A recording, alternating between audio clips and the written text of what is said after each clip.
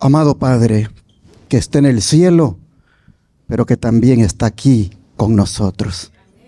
Le agradecemos el que todavía tengamos esta libertad de reunirnos, porque sabemos, Señor, que vienen días cuando vamos a querer estar así juntos y no podremos.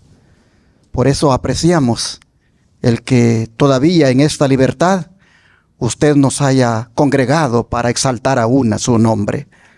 Padre, usted conoce nuestros corazones y usted sabe cómo hemos llegado aquí. Sin duda, algunos tal vez atribulados, otros a lo mejor con un sentimiento de indignidad, otros posiblemente llenos de paz y de gozo. Pero lo que más rogamos es que a todos en esta hora nos conceda su gracia, nos conceda su perdón y nos conceda su bendición. Que las mentes de todos se puedan completamente apartar de las cosas de este mundo para concentrarnos solo en las cosas celestiales. Y para eso, Señor, le rendimos en esta hora todo nuestro ser y le suplicamos que usted nos guíe en el mensaje, en el entendimiento y también, Padre, en una decisión que debemos tomar. Le pedimos que bendiga su palabra y que nos bendiga como su pueblo. Se lo pedimos en el nombre de Jesús. Amén. Este día quiero hablarles de la importancia de prepararnos como familia para las cosas que vendrán. Y lo vamos a hacer basados en el lema de nuestro Congreso Campestre que recién acaba de terminar, el que tuvo por título Preparando familias para la gran crisis final. Entendiendo la frase gran crisis final como todo lo que ha de acontecer en los postreros días. Si bien es cierto, los oradores hicieron buenos aportes con los mensajes que predicaron, creo es bueno, hermanos, retomar o enfatizar un aspecto de la crisis para el cual debemos prepararnos como familia, como es el de la oposición y traición que hemos de enfrentar, la cual tendrá lugar en la misma familia, según ha sido revelado en el Evangelio de Mateo, capítulo 10, versículo 21. Abramos la Biblia, por favor. Mateo, capítulo 10, versículo 21. La Escritura dice: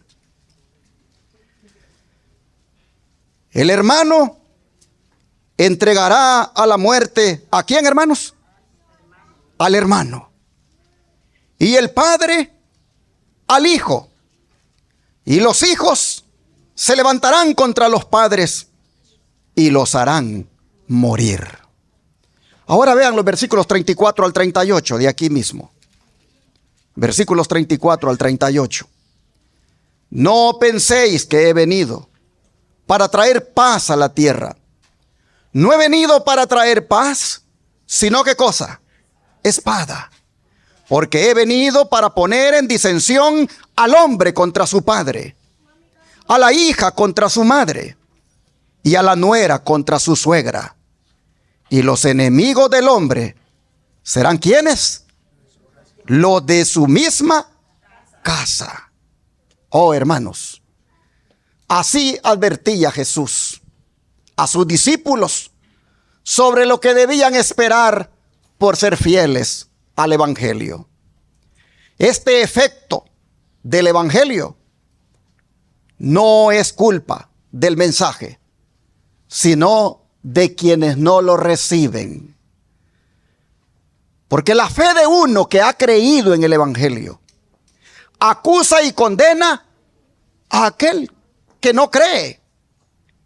Y no es que acusa y condena porque lo vive señalando, sino que por el estilo de vida que ahora lleva, por el cambio que ha hecho el Evangelio en su vida, esa misma manera de vivir acusa y condena a aquel que no quiere nada con el evangelio. Oh, hermanos, los no creyentes entonces se convierten en acérrimos enemigos de los creyentes. Y Jesús dice, esa es la razón por las cuales habrán estas disensiones en la familia. Así ha sido, hermanos, a lo largo de la historia. Las disensiones más violentas e implacables, si ustedes se ponen a estudiar, van a ver que siempre han sido por diferencias en materia de religión. No hay enemistad tan encarnizada como la de los perseguidores religiosos, ni resolución tan firme como la de los verdaderos creyentes al ser perseguidos. Si algo me gusta de Jesús, es la honestidad con la que nos habla. Y Él está siendo muy amoroso y fiel al decirnos lo que nos espera en su servicio. Él dice que hasta la familia nos perseguirá. Es decir, los que tenemos más cerca, los más queridos, nos van a tomar por locos y nos van a cerrar la puerta de su corazón. No sé si alguno ya lo está experimentando, aunque sea en miniatura. No sé si alguno aquí ya tiene familiares que no le hablan porque usted profesa este mensaje. No sé si usted ya tiene personas que eligieron no tener más comunicación con usted, tan solo por lo que usted ahora cree. Es más, no sé si alguno ya está experimentando el hecho de que por creer en la verdad presente, algunos que antes eran sus hermanos de iglesia, ya lo hayan considerado un apóstata. No sé, hermanos y hermanas, si a usted escuchó frases como: ustedes en esa iglesia están locos. Tú mismo te has vuelto loco o loca con esas cosas que crees. No sé si usted ya le hacen el feo por creer en la verdad presente, por inclusive compartir los mensajes de la Reforma Pro Salud, los mensajes de los 3 ángeles. No sé si usted ya en miniatura ya está experimentando, en cierta manera, el rechazo y las puertas cerradas del corazón de algunos de sus familiares. Hermanos y hermanas, en todos los tiempos se da el caso que el cristiano tiene que enfrentarse con una disyuntiva entre escoger la lealtad a Jesús o la lealtad a la familia. No está lejos el tiempo, hermanos, cuando eso se va a hacer de una manera más fuerte. Miren, cuando uno mira el contexto de las palabras que hemos leído, uno está viendo que Jesús está hablando de que no solo se va a confabular contra nosotros, la iglesia y el Estado, sino que la misma familia. Es decir, un padre convertido va a encontrar la oposición de un hijo incrédulo. Una madre cristiana va a encontrar la oposición de su hija inconversa. Una suegra nacida de nuevo va a ser aborrecida por su nuera, que no quiere nada con el Señor.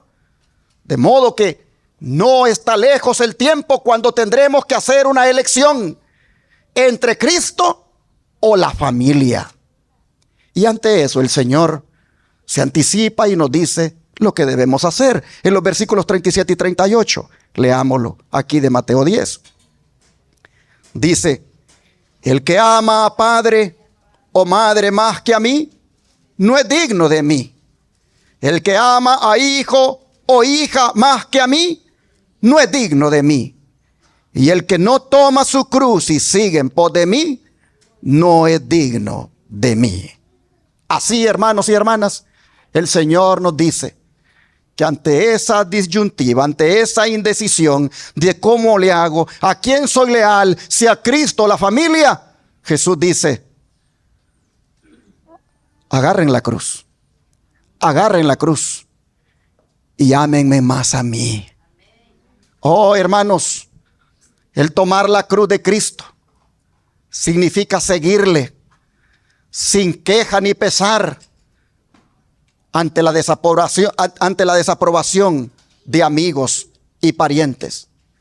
Tomar la cruz de Cristo, hermanos, cuando la familia viene contra uno, representa soportar con paciencia y humildad los reproches que vengan de parte de ellos.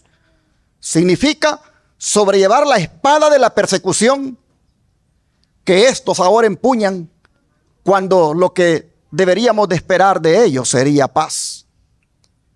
Cristo, hermanos, reiteró este principio de tomar la cruz en diversas ocasiones. ¿Por qué? Porque aquel que es llamado a llevar su cruz a fin de seguir a Cristo tiene el supremo privilegio de compartir con Cristo sus sufrimientos. Nadie puede tener mayor honor que compartir en su propia vida los sufrimientos de Cristo. Y esta prueba por la que hemos de pasar, es tan importante que la tomemos en cuenta, que Jesús la reitera, o los evangelistas la reiteran en varias ocasiones. Por ejemplo, vean Lucas, cómo Lucas reitera esto que hemos leído en Mateo. Lucas 12, versículo 49 al 53. Escuchen lo que dice. Lucas 12, versículo 49 al 53. Dice la palabra del Señor. Fuego vine a echar en la tierra. ¿Y qué quiero si ya se ha encendido? De un bautismo tengo que ser bautizado. Y como mi angustio hasta que se cumpla. ¿Pensáis que he venido para dar paz en la tierra? Os digo no, sino disensión. Porque de aquí en adelante, 5 en una familia estarán divididos.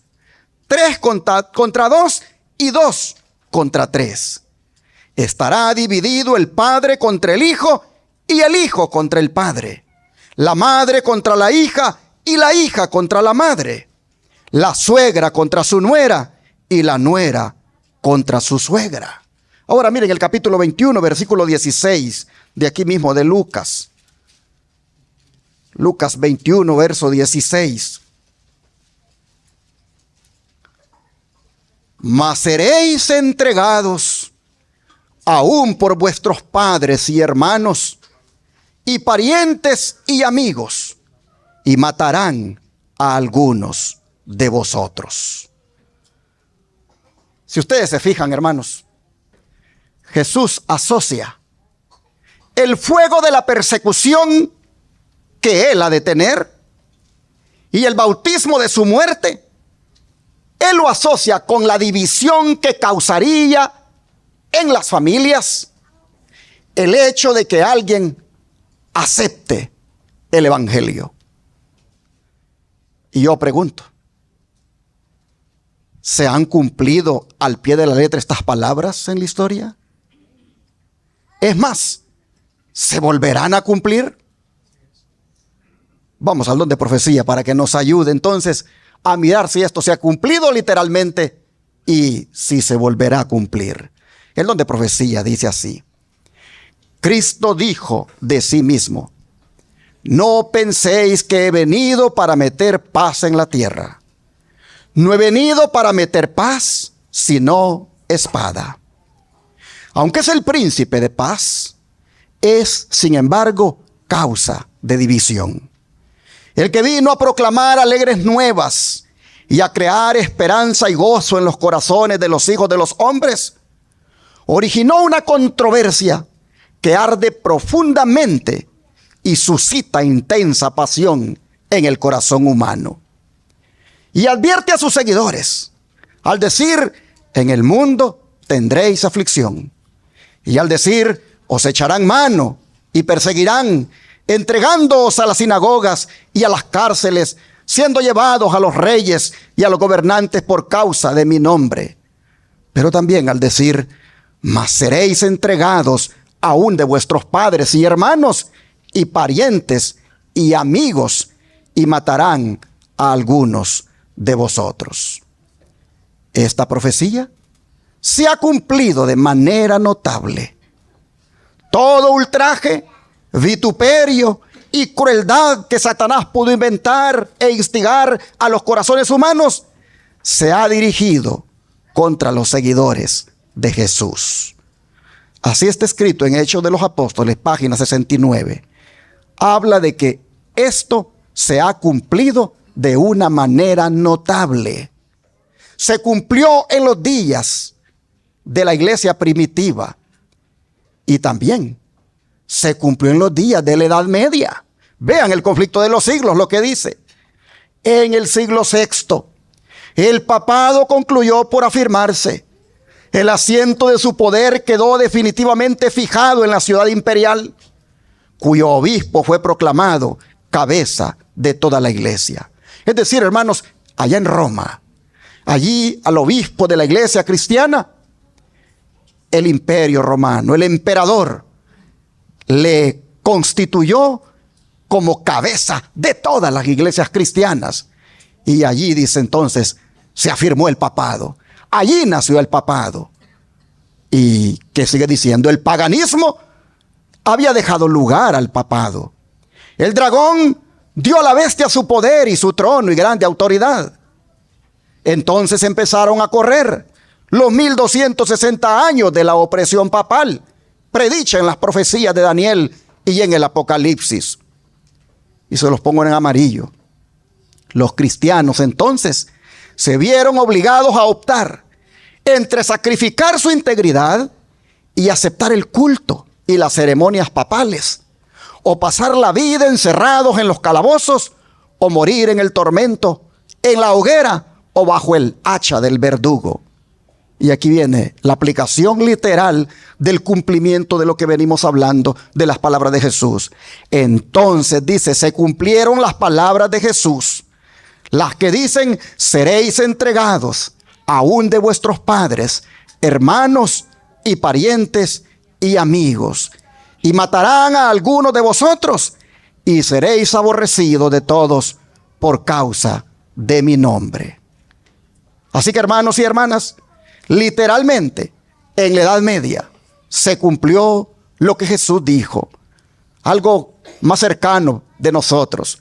La persecución, dice, se desencadenó sobre los fieles con furia jamás conocida hasta entonces, y el mundo vino a ser un vasto campo de batalla. Por centenares de años, la iglesia de Cristo no halló más refugio que en la reclusión y en la oscuridad. Así lo dice el profeta, al decirnos, y la mujer huyó al desierto, donde tiene lugar aparejado de Dios, para que allí la mantengan 1260 días. Hermanos, este periodo de 1260 días, que ya lo hemos estudiado en otras ocasiones y que está en Apocalipsis 12:6, nosotros sabemos que son días proféticos y que equivalen a 1260 años. Son los 1260 años antes mencionados y comenzaron en el año 538 después de Cristo y terminaron en 1798. Pero ahora volvamos a la cita que estábamos leyendo de Hechos de los Apóstoles, porque vean lo que está escrito allí. Dice, esta profecía se ha cumplido de manera notable. Todo ultraje, vituperio y crueldad que Satanás pudo inventar e instigar a los corazones humanos se ha dirigido contra los seguidores de Jesús. Pero se lo puse en amarillo, hermano. Y esto se cumplirá de nuevo de un modo notable, porque el corazón carnal está todavía enemistado contra la ley de Dios y no quiere sujetarse a sus mandamientos. Así que, pregunto, ¿se cumplirá de nuevo la profecía de Jesús en cuanto a la traición que va a tomar lugar en la familia? Claro que sí. porque las condiciones, dice, están dadas para que se vuelva a repetir. Pues el corazón de muchos todavía está enemistado contra la ley de Dios. Y el don de profecía nos dice exactamente cuándo es que esto se va a repetir. ¿Cuándo es que vamos a mirar esta traición de familiares? Dice, la iglesia remanente será puesta en grandes pruebas y dificultades. Los que obedecen los mandamientos de Dios y tienen la fe de Jesús experimentarán la ira del dragón y de sus huestes. Satanás considera que los habitantes del mundo son súbditos suyos y ha obtenido control sobre las iglesias apóstatas. Pero hay un grupo pequeño que resiste su supremacía. Si pudiera borrarlo de la faz de la tierra, su triunfo sería completo. Así como influyó sobre las naciones paganas para que destruyeran a Israel, así también en el futuro cercano instará a los poderes malvados del mundo a que destruyan al pueblo de Dios. Se requerirá de todos que obedezcan los edictos humanos en violación de la ley divina. Los que permanezcan fieles a Dios y al deber serán amenazados, denunciados y proscritos. Serán traicionados y entregados aún por vuestros padres, hermanos y parientes y amigos. Testimonios para la iglesia, tomo 9, página 186.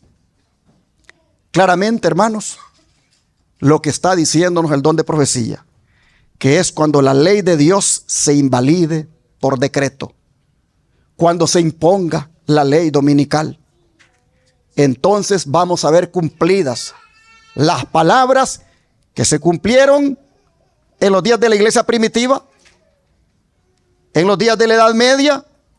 La iglesia cristiana que existió en esa época dice que otra vez, en el tiempo del fin, la iglesia remanente va a volver a experimentar la traición de padres, hermanos, parientes y amigos. Pregunto, ¿será que estamos preparados para esta crisis? Ninguno de nosotros ha sido traicionado por nuestra fe, es decir, por lo que creemos hasta ahora. Sí hemos recibido críticas, burlas y personas que tal vez nos han dejado de hablar, pero todavía no hemos llegado a ese nivel donde nos denuncien a las autoridades, donde digan a las autoridades, él es, yo no. Es decir, como Pedro, digan que no son de nosotros, o que ni siquiera comparten lo que nosotros creemos. Hermanos y hermanas, nosotros no tenemos idea de lo que se siente una traición de ese nivel. Sin embargo, hay que prepararnos porque va a llegar. Va a llegar. Y Jesús es más que honesto con nosotros al decirnos, esto es lo que viene. Por eso, como familias, debemos prepararnos para esa gran crisis. Hermanos, ¿qué se sentirá que un hijo traicione a su padre? ¿Qué se irá a sentir que un padre traicione a su hijo? Que una esposa traicione a su esposo. Hermanos, ¿qué se irá a sentir?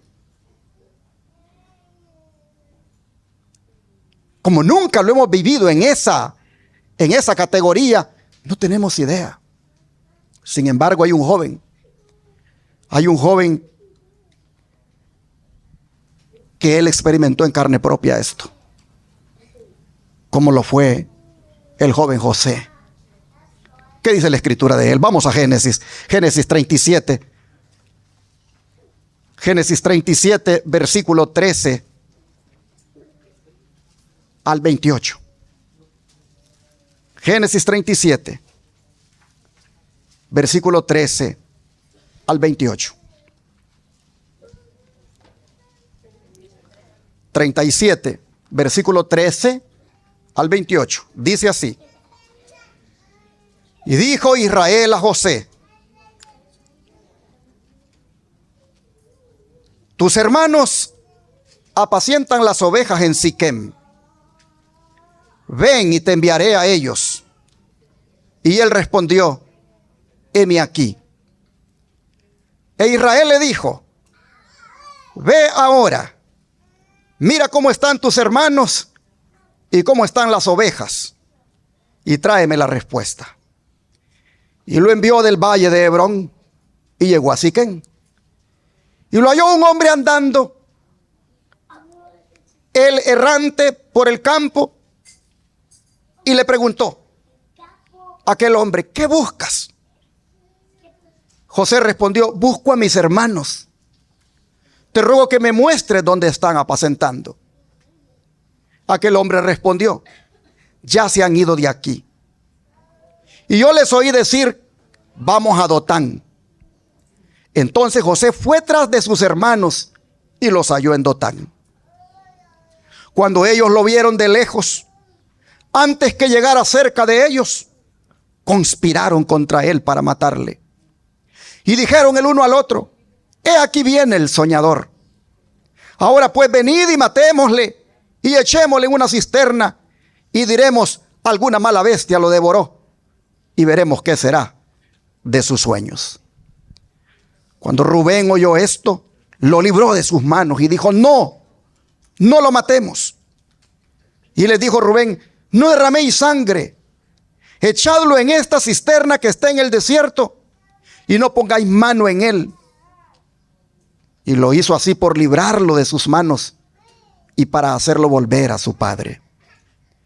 Sucedió pues que cuando llegó José a sus hermanos, ellos quitaron a José su túnica, la túnica de colores que tenía sobre sí, y le tomaron y le echaron en la cisterna.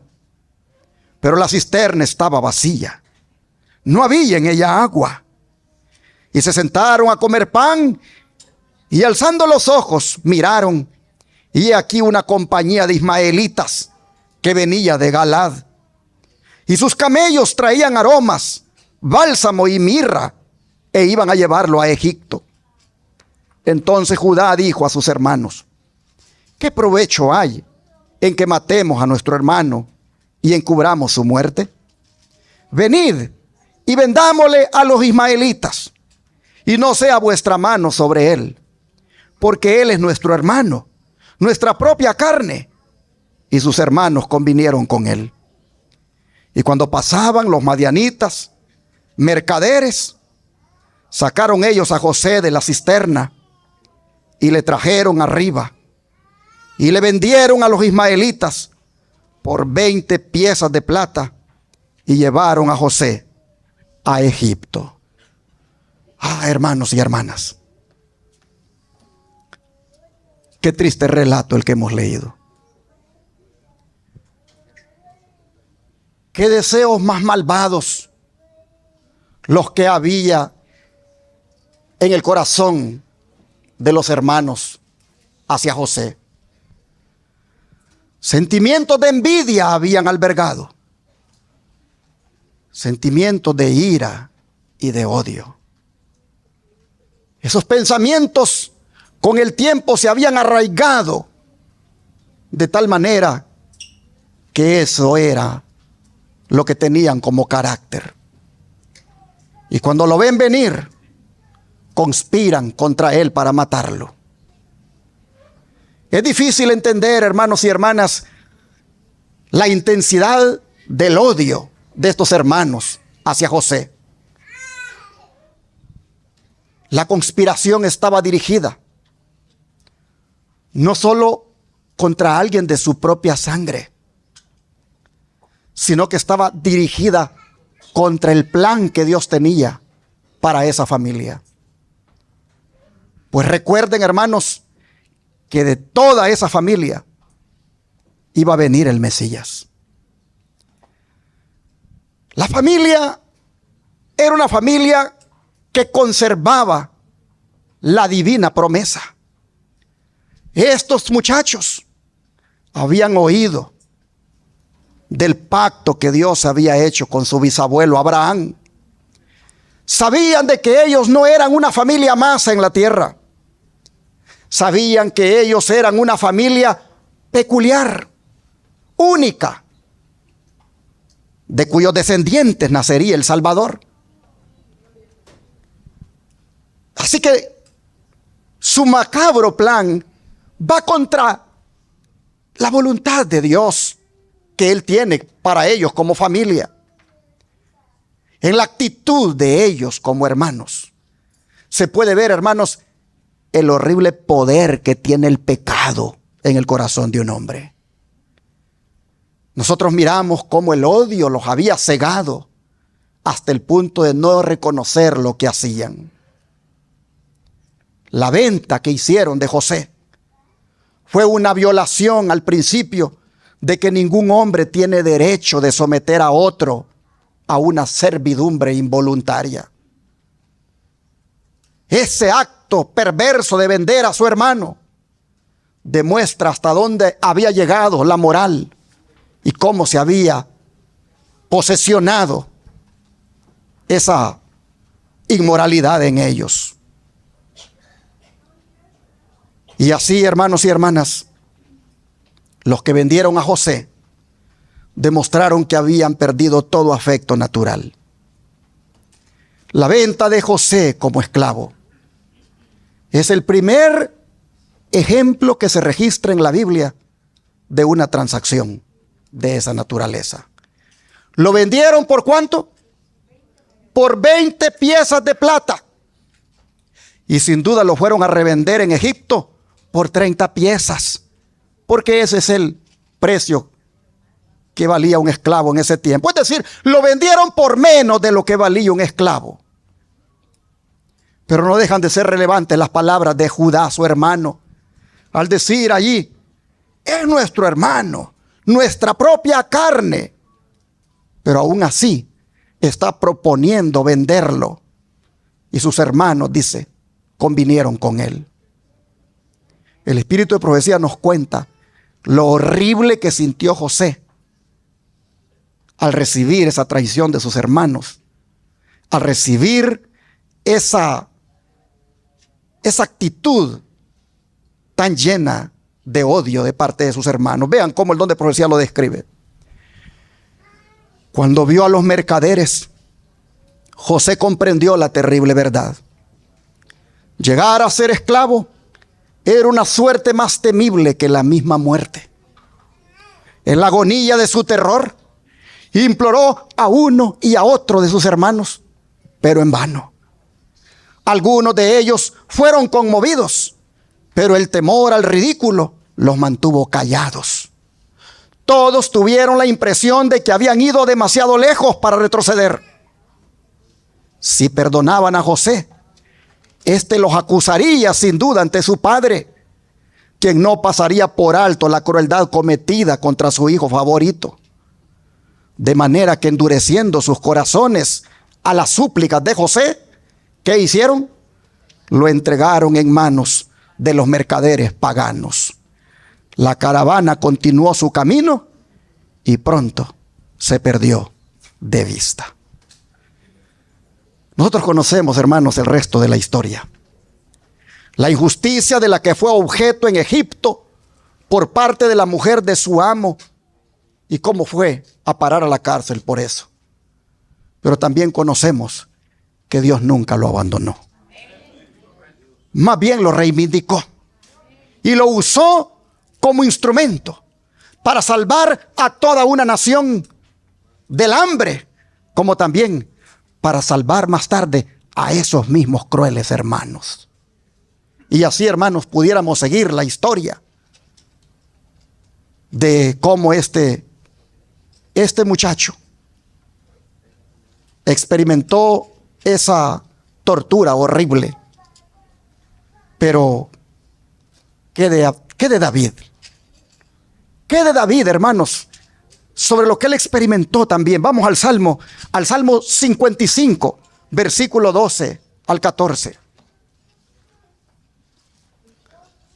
Salmo 55, versículo 12 al 14.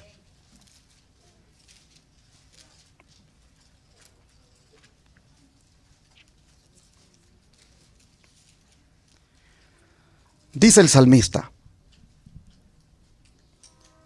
porque no me afrentó un enemigo, lo cual habría soportado, ni se alzó contra mí el que me aborrecía, porque me hubiera ocultado de él.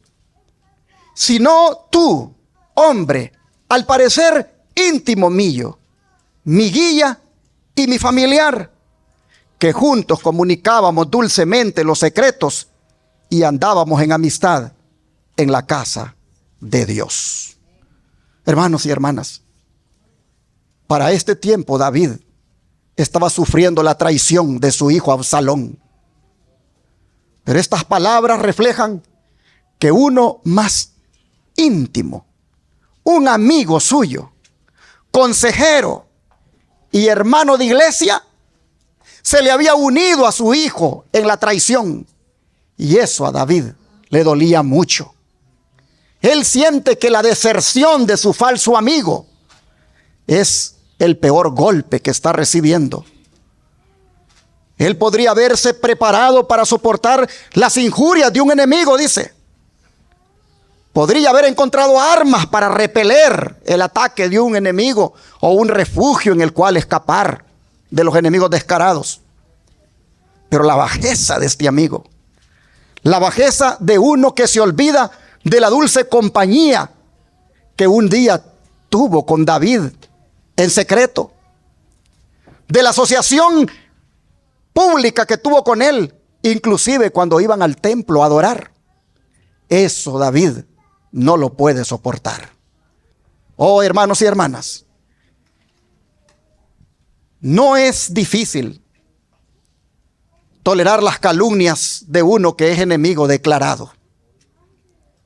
Lo que es más difícil y cuesta sobrellevar es la calumnia de alguien que antes ha sido nuestro amigo íntimo y aún nuestro hermano en la iglesia. Pero esto mismo le sucedió a Jesús. Vamos al Evangelio de Juan, capítulo 6, versículo 70. Evangelio de Juan, capítulo 6, versículo 70.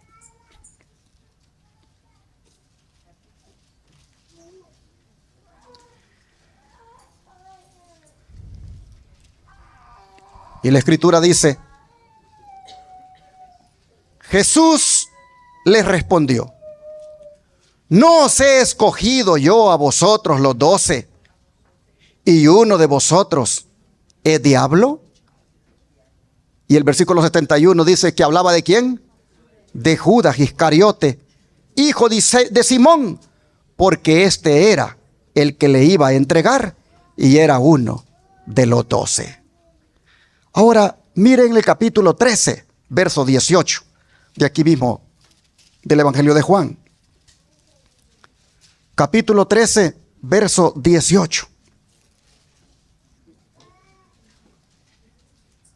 No hablo de todos vosotros. Yo sé a quienes he elegido. Mas para que se cumpla la escritura, el que come pan conmigo, levantó contra mí su calcañar. Ahora vean los versículos 21 en adelante hasta el 27. Habiendo dicho Jesús esto, se conmovió en espíritu y declaró y dijo: de cierto os digo, que uno de vosotros me va a entregar. Entonces los discípulos se miraban unos a otros, dudando de quién hablaba. Y uno de sus discípulos, al cual Jesús amaba, estaba recostado al lado de Jesús. A este pues hizo señas Simón Pedro para que preguntara quién era aquel de quien hablaba. El entonces recostado cerca del pecho de Jesús le dijo: Señor, ¿quién es? Respondió Jesús: a quien yo diere el pan mojado, aquel es. Y mojando el pan lo dio a Judas Iscariote, hijo de Simón. Y después del bocado, Satanás entró en él. Entonces Jesús le dijo: lo que vas a hacer, hazlo más pronto. Hermanos y hermanas, y pensar que esto mismo que le pasó a David con un amigo cercano, con su hijo Absalón. Y esto mismo que le está pasando a Jesús con Judas, pensar que esto mismo va a pasar con nosotros. El don de profecía lo dice así: yo vi que la iglesia nominal y los adventistas nominales, como Judas, nos entregarán ¿a quién? A los católicos, para obtener su influencia, para luchar contra la verdad.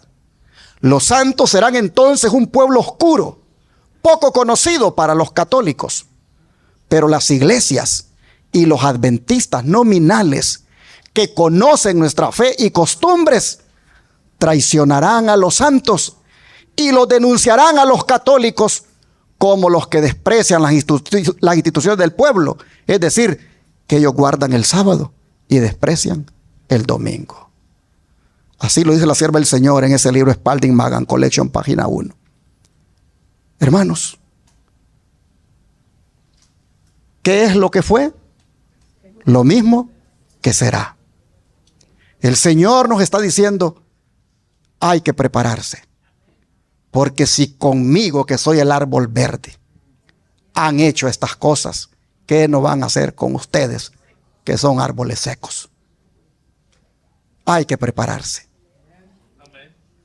Los adventistas nominales, es decir, los que no son verdaderos, que solo se han infiltrado en las filas para llevar nada más el nombre, pero todavía en fiestas paganas, viviendo como mundanos, sin compromiso serio con Dios. Esos, dice la sierva del Señor, yo vi que van a entregarnos, que van a decir: ese es, esos son. Y la sierva del Señor ya dijo: y algunos de esos van a ser padres, madres, hijos, suegras, nueras o amigos que van a caer en esa terrible crueldad. Dios nos libre, hermanos, de que uno de nosotros vaya a ser ese traidor o traidora. Dios nos libre.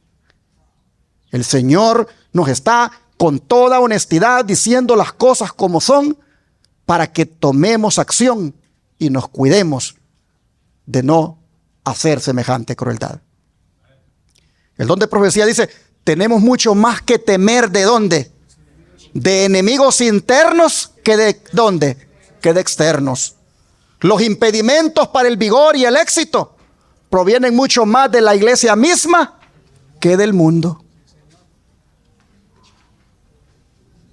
Y entonces aquí, ¿quién aquí está de corazón? ¿Quién aquí de verdad uno puede decir: no, aquí estamos seguros? Solo Dios lo sabe, hermanos. Solo Dios lo sabe. Pero yo creo que sería bueno que examinemos el corazón. Que examinemos el corazón para ver los motivos por los cuales verdaderamente estamos en las filas de la verdad presente. Sería bueno, hermanos, que si no estamos de corazón en este mensaje,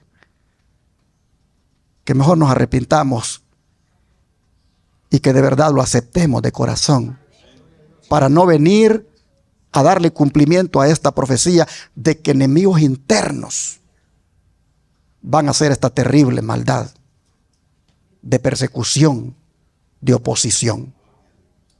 Mire lo que dice aquí, la siguiente cita: los que apostaten durante el tiempo de dificultades darán falso testimonio y traicionarán a sus hermanos para asegurar ¿qué cosa? Su propia seguridad. Y van a revelar el lugar donde se ocultan sus hermanos, y así pondrán a los lobos sobre sus huellas. Río Ángel, el 20 de diciembre de 1898. Van a revelar el lugar. Y hay algunos que dicen: yo por eso no quiero decir a dónde me voy a ir. Pues hoy con los drones, hermanos, con los drones no hay dónde esconderse. Nuestro único escondedero será nuestro Señor Jesucristo. Porque donde tú estés escondido y un dron te pueda descubrir, Cristo pondrá una capa encima para que el dron no te mire. Oh, hermanos. Pero los que apostaten, dice, durante el tiempo de dificultades, estos que para poder comprar o vender permitan que se les ponga la marca de la bestia, estos, dice, van a revelar inclusive el lugar donde se ocultan sus hermanos. Hermano, hermana, este mensaje es para que reflexionemos cuál es el papel que vamos a jugar nosotros en las escenas finales de la historia. Y mire, esto está más fuerte, porque ya lo estamos viendo en estos días. Conforme vaya acercándose la tempestad, muchos que profesaron creer en el mensaje del tercer ángel, pero que no fueron santificados por la obediencia a la verdad, abandonarán su fe e irán a engrosar las filas de la oposición, uniéndose con el mundo y participando de su espíritu. Llegarán a ver las cosas casi bajo el mismo aspecto. Así que cuando llegue la hora de prueba, estarán preparados para situarse del lado más fácil y de mayor popularidad. Y ahí está en amarillo para que usted vea quiénes son. Hombres de talento y de elocuencia, que se gozaron un día en la verdad, emplearán sus facultades para seducir y descarriar almas. Se convertirán en los enemigos más encarnizados de sus hermanos de antaño. ¿Quiénes? Hombres de talento y de elocuencia. ¿Quiénes serían estos? Ahí están los pastores, hermanos. Los pastores van a traicionar a sus rebaños. Y ya los están traicionando. Ya están prohibiendo los pastores que se prediquen de estos temas en los púlpitos. Ya están prohibiendo que se descubra así tan claramente la apostasía papal y sus planes de una marca de la bestia. Ya los hombres de talento y de elocuencia están prohibiendo que hermanos ancianos o líderes predicadores que predican de estos temas se les dé el púlpito. Seguido recibo llamadas de hermanos que me dicen: mire, aquí venía un hermano que era el único que tenía ese valor de agarrar Apocalipsis y hablarnos las verdades.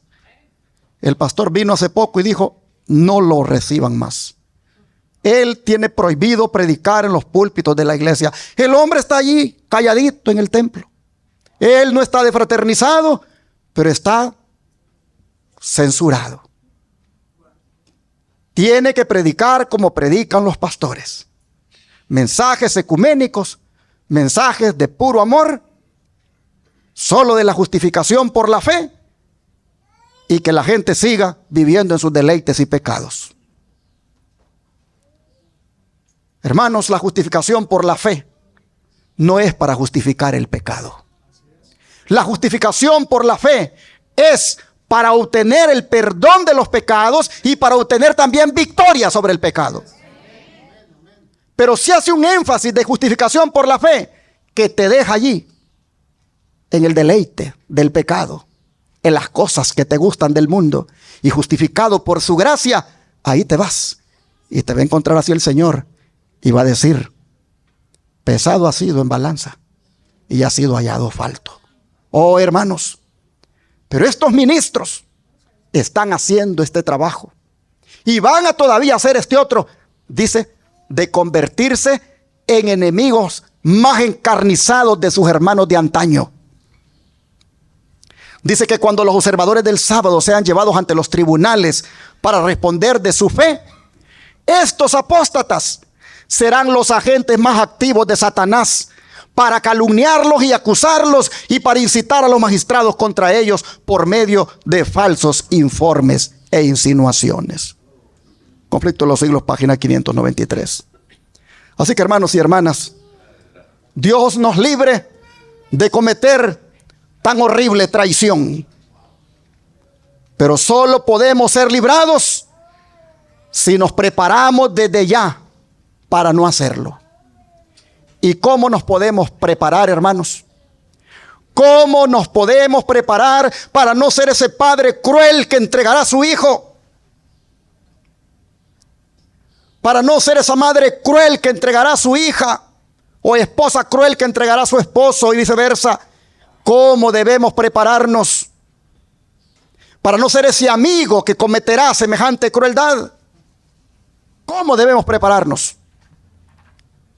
Sin duda, siendo buenos padres, siendo buenas madres, buenos hijos y buenos compañeros de iglesia.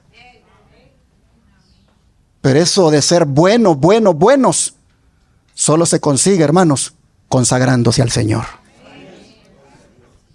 Y para hacerlo, hay que seguir, hermanos, lo que Dios nos ha enseñado. Si va a venir de la familia, si va a venir de los padres, de las madres, de los hijos, de las suegras, de las nueras, de los amigos de la iglesia, si ha de venir esta traición, yo creo, hermanos, que nosotros deberíamos en este momento analizar y decir: ¿qué fundamento estoy poniendo en mi casa? ¿Qué fundamento estoy poniendo en la familia para contrarrestar este mal? Para que yo no vaya a ver esto cumplido. ¿Qué puedo hacer? Hermanos, si va a venir la persecución de la misma familia y de la iglesia, entonces hay que enfocarnos en la casa, en preparar a los hijos, en prepararnos todos para ser más leales a Cristo, más consagrados, más temerosos de Dios, más apartados del mal, y así no caer en ese tremendo pecado. Así que aquí la obra va a empezar ¿por quiénes? ¿Pero por quiénes hay en la casa? Por los padres. Va a comenzar por los padres. Si usted no quiere ver traición en su casa, si usted no quiere ver eso que hemos leído que va a ocurrir en las familias, usted como padre, usted como madre, póngase a hacer lo que Dios manda. ¿Y qué es lo que Dios manda? Vamos al libro de Génesis para leer el capítulo 18, versículo 19. Génesis capítulo 18 y versículo 19.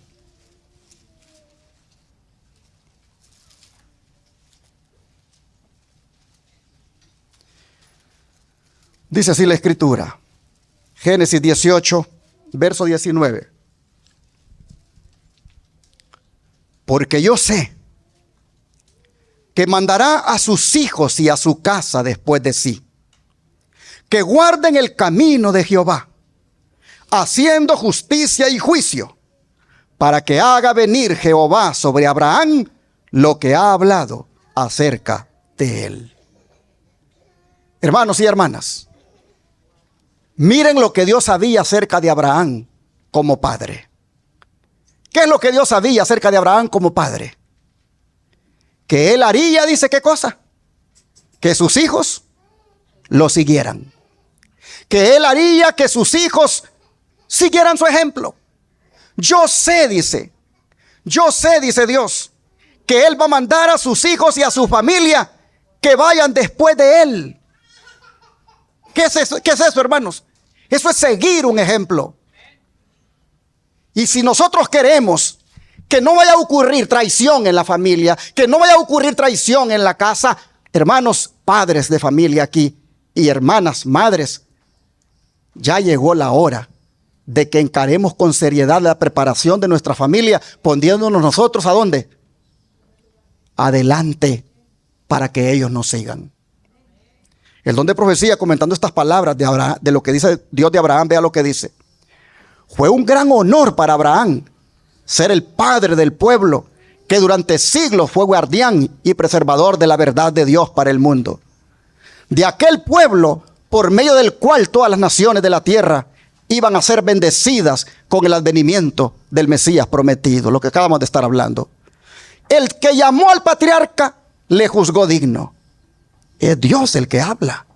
El que entiende los pensamientos desde antes y desde muy lejos y justiprecia a los hombres, dice, lo he conocido.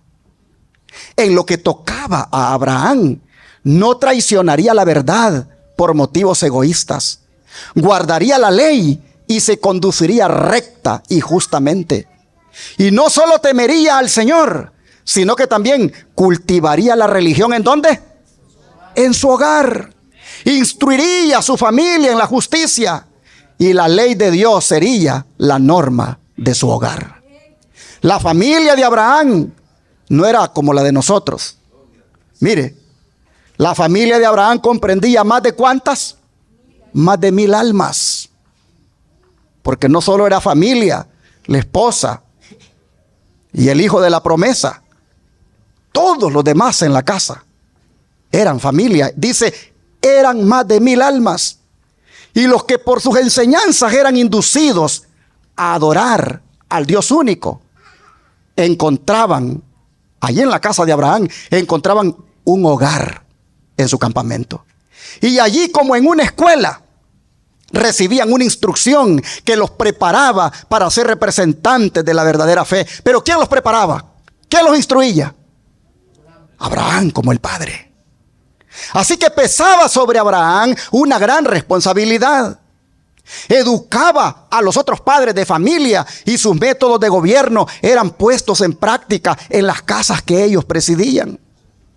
Abraham trataba por todos los medios a su alcance de evitar que los habitantes de su campamento se mezclaran con los paganos y presenciaran sus prácticas idólatras, pues sabía muy bien que la familiaridad con el mal iría corrompiendo insensiblemente los sanos principios.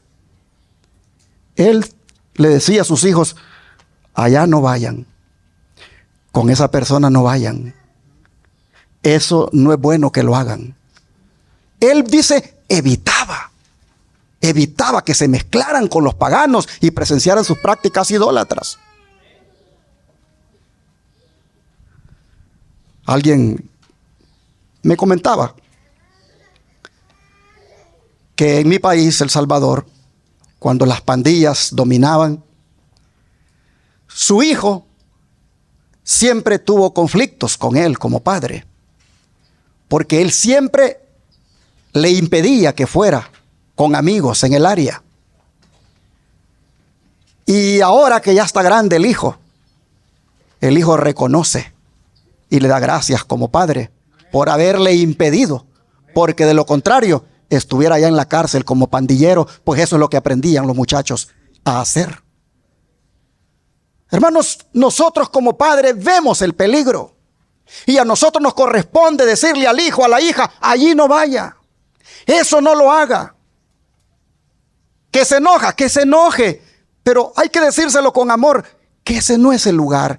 Hay que seguir el ejemplo de Abraham, como él educaba a su familia. Dice, ponía el mayor cuidado en excluir toda forma de religión falsa y en hacer comprender a los suyos la majestad y gloria del Dios viviente como único objeto del culto. El afecto de Abraham hacia sus hijos y su casa le movió a resguardar su fe religiosa y a inculcarles el conocimiento de los estatutos divinos como el legado más precioso que pudiera dejarles a ellos. Y por su medio al mundo también. A todos, dice, les enseñó que estaban bajo el gobierno del Dios del cielo.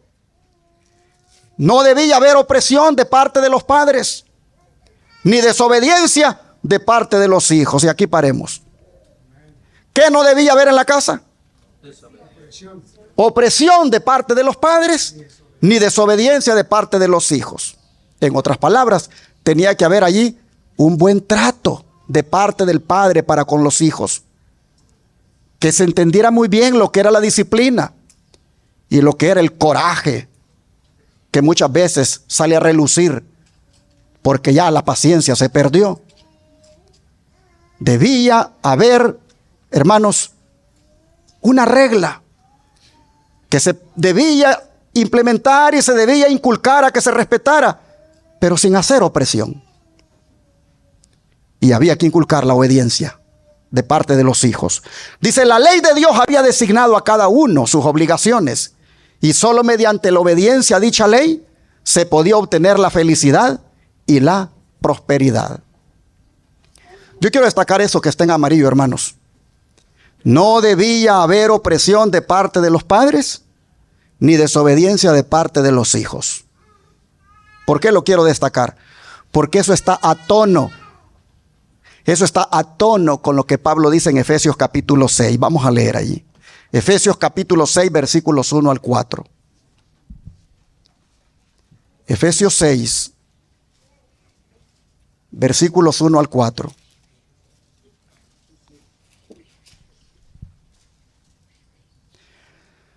Dice: hijos, obedeced en el Señor a vuestros padres, porque esto es justo. Honra a tu padre y a tu madre, que es el primer mandamiento con promesa, para que te vaya bien y seas de larga vida sobre la tierra. Y vosotros, padres, no provoquéis a ira a vuestros hijos, sino criadlos en disciplina y amonestación del Señor. Hermanos y hermanas, ¿por qué no debemos provocar a los hijos? Dice. ¿Por qué no debemos provocar a los hijos? Saben que aquí Pablo está repitiendo unas palabras que dice en Colosenses. Vamos a Colosenses, capítulo 3, versículo 21. Vea lo que dice acá. Padres, no exasperéis a vuestros hijos. ¿Para qué, hermanos? ¿Para qué? Para que no se desalienten. 3:21. Lo vuelvo a leer. Padres, no exasperéis a vuestros hijos para que no se desalienten. Hermanos, esta prohibición es esencial, porque la obediencia que se pide a los hijos debe descansar sobre una base moral. No debe descansar de que porque aquí yo mando. No debe descansar sobre yo soy tu papá y vas a hacer lo que yo te digo. No. La obediencia de los hijos debe descansar sobre una base moral. Miren, hermanos, la razón por que Pablo da este consejo es para que no se desalienten, dicen los hijos. ¿Sabían ustedes que hay hijos que no quieren nada con el evangelio ahora? Porque papá y mamá le han dado una educación equivocada. Lo disciplinaron de una manera que no quieren nada con ese Dios al cual el Padre dice representar. El Padre lo maltrató. El Padre lo cacheteó. El Padre lo agarró como que era un hombre cualquiera. El Padre lo agarró con una vara o con una cinta o con un cinto que le dejó huella.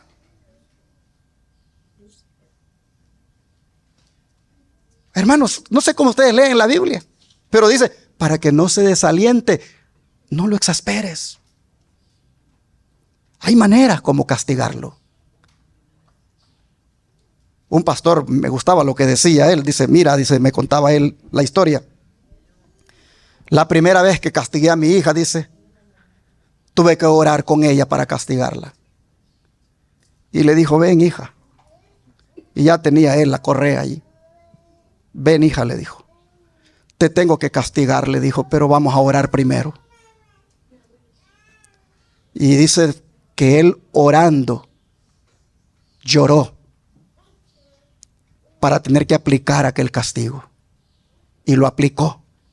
Pero lo aplicó con dolor y lo aplicó con amor. No lo aplicó con ira. Hermanos, estamos viendo cómo podemos nosotros prepararnos para la crisis que ha de venir. Sabiendo educar en la casa. Sabiendo disciplinar. No maltratando. Interesante. Hoy en día los niños se consideran como perturbadores de la paz y del hogar, como una molestia. Y por eso algunos padres los maltratan. Pero sí, logran obediencia, pero no basada en el amor, sino basada en que me han oprimido.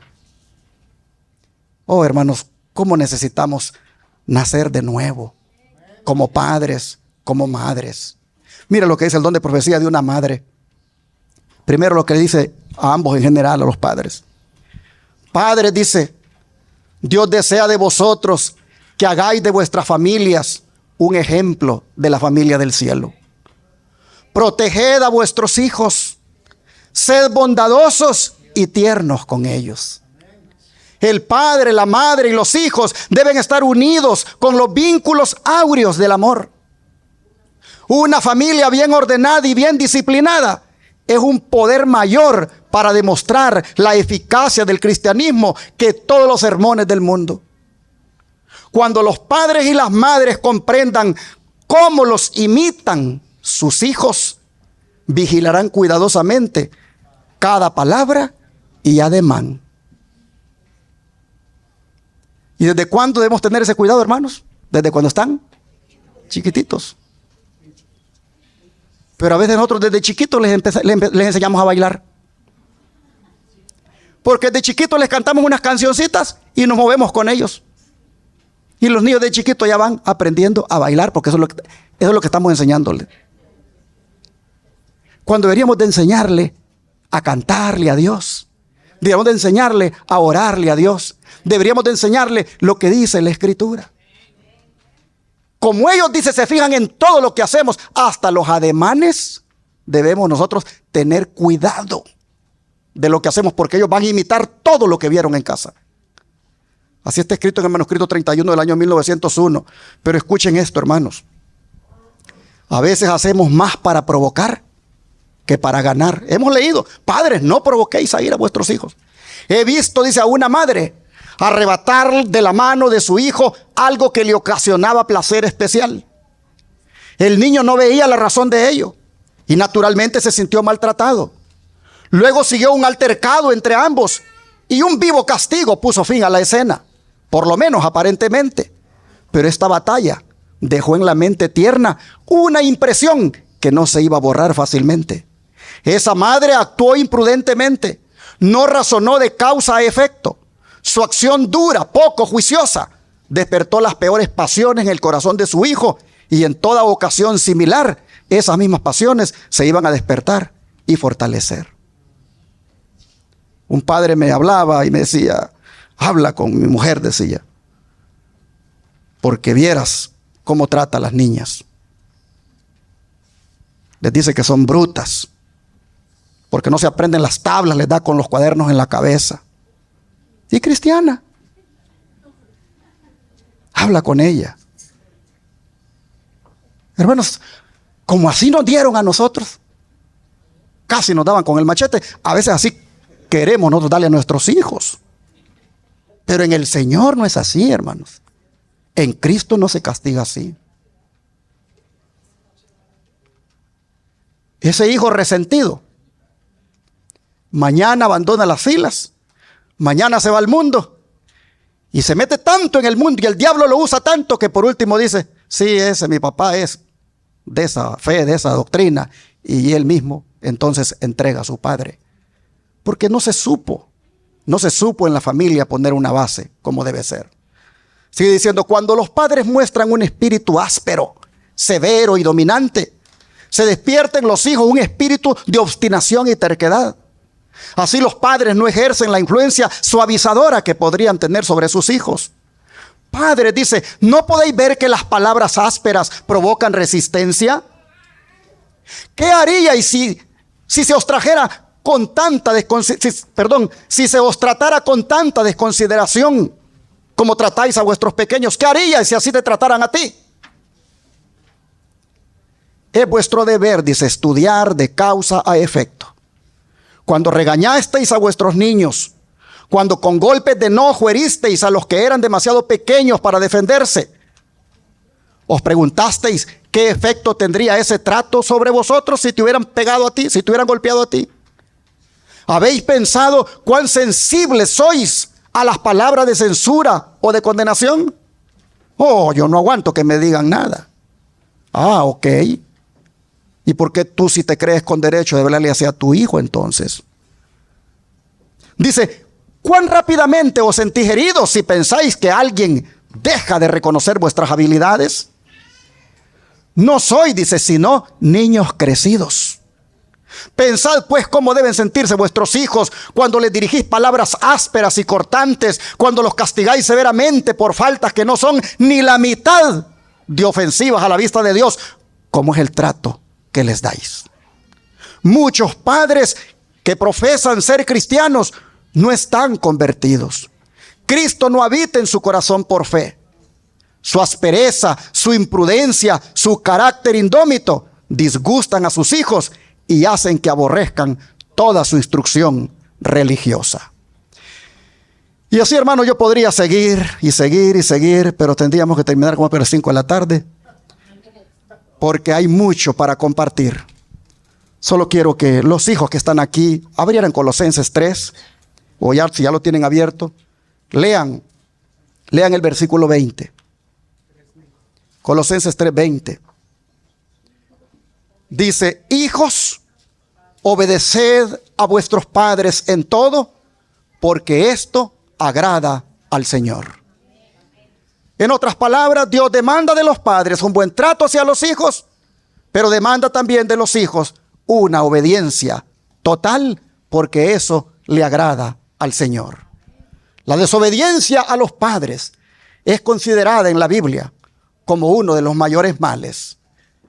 Así que, hijos aquí presentes, debemos ser obedientes porque eso le agrada al Señor. Debemos estar dispuestos a que no nos digan 2 veces lo que hay que hacer. Si una vez nos dijeron que hagamos algo, que esa sea suficiente. Si una vez nos advirtieron no ir allá, no hablarle a este o a aquel otro porque sabemos que andan malos pasos, con una vez sea suficiente. Hijos, seamos obedientes a nuestros padres porque eso le agrada al Señor. Y por último, hermanos, para no ser de los hermanos que traicionarán a los hermanos, voy a cerrar este mensaje con las palabras de Primera de Juan, capítulo 3, versículos 11 y 12. Primera de Juan, capítulo 3, versículo 11 y 12.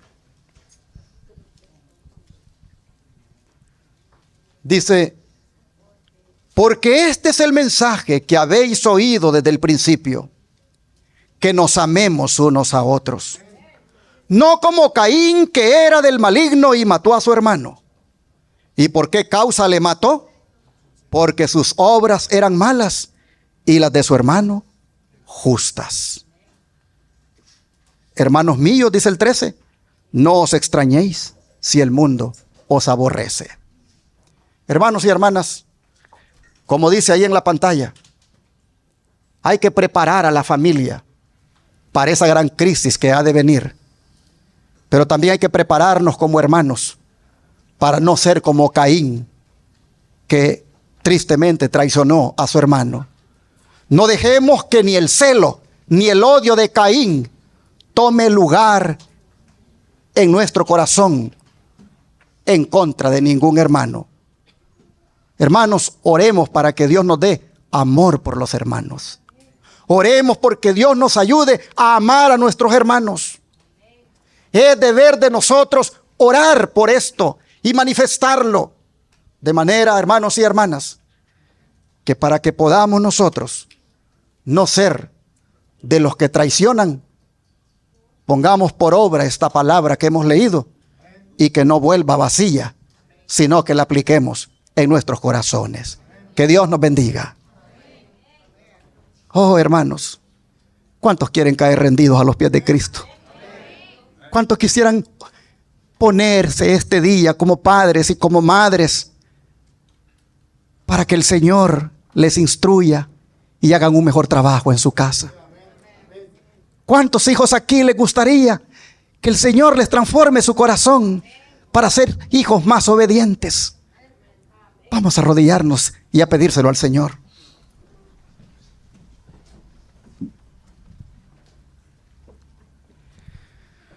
Amante Padre, nuevamente, Señor, tú vienes a hablar con honestidad a tu iglesia. Nuevamente tú vienes a hablar con honestidad a las familias y les dice lo que lo que nos espera. Pero también, Señor, nos has enseñado de cómo podemos preparar a la familia para no ver esas crueldades, esas traiciones. Y Padre, es allí donde hemos quedado mal contigo, porque no hemos hecho el trabajo bien. En muchas ocasiones nos hemos equivocado en la manera de educar a nuestros hijos. Y en muchas ocasiones los hijos aquí han sido desobedientes a sus padres. De manera, Señor, que sabiendo que es allí donde debemos poner el fundamento para que la familia esté preparada y no haya traición ni ninguno de sus miembros hacia otro miembro, sabiendo, Señor, de que en calidad de miembros de iglesia es no viviendo nosotros, sino viviendo Cristo en nosotros, que podremos ser leales a ti, a tu verdad y a los hermanos. Sabiendo esto, Señor, hoy te rogamos que pases por alto nuestras equivocaciones, que pases por alto, Señor, las veces que hemos actuado mal, que por favor, Señor, no nos tomes en cuenta las veces que como padres nos hemos extralimitado y no hemos actuado como tú mandas. Perdónanos, Señor. Por favor, te rogamos que no nos tomes en cuenta ese pecado. Y te rogamos que de aquí para allá podamos ser esos padres que reflejen el amor de nuestro Padre Celestial. Ayúdanos, Señor, que las madres aquí y los padres podamos ser esos representantes tuyos que le indican a los hijos el camino que deben seguir. Y danos paciencia, Señor. Danos paciencia, porque hay veces que por muy suave también que hablemos a los hijos, el enemigo obra con ellos y se rebelan. Pero, Señor, cuando eso ocurra, por favor, toma control de nosotros. Que no perdamos la compostura. Danos, oh Señor, dominio propio. Ayúdanos a reflejarles, aún en esas condiciones, a nuestros hijos, cuánto los amamos. Ayúdanos, Señor, aún en esas rebeliones, a mostrarles cómo Dios nos trata a nosotros. Padre, te pedimos que nos ayudes a reflejar tu carácter. Ayuda, Señor, aquí en la iglesia, a todas las familias presentes, de manera que todas nos comprometamos contigo cada día y que te demos a ti el primer lugar. Te lo suplicamos en el nombre de Jesús. Amén.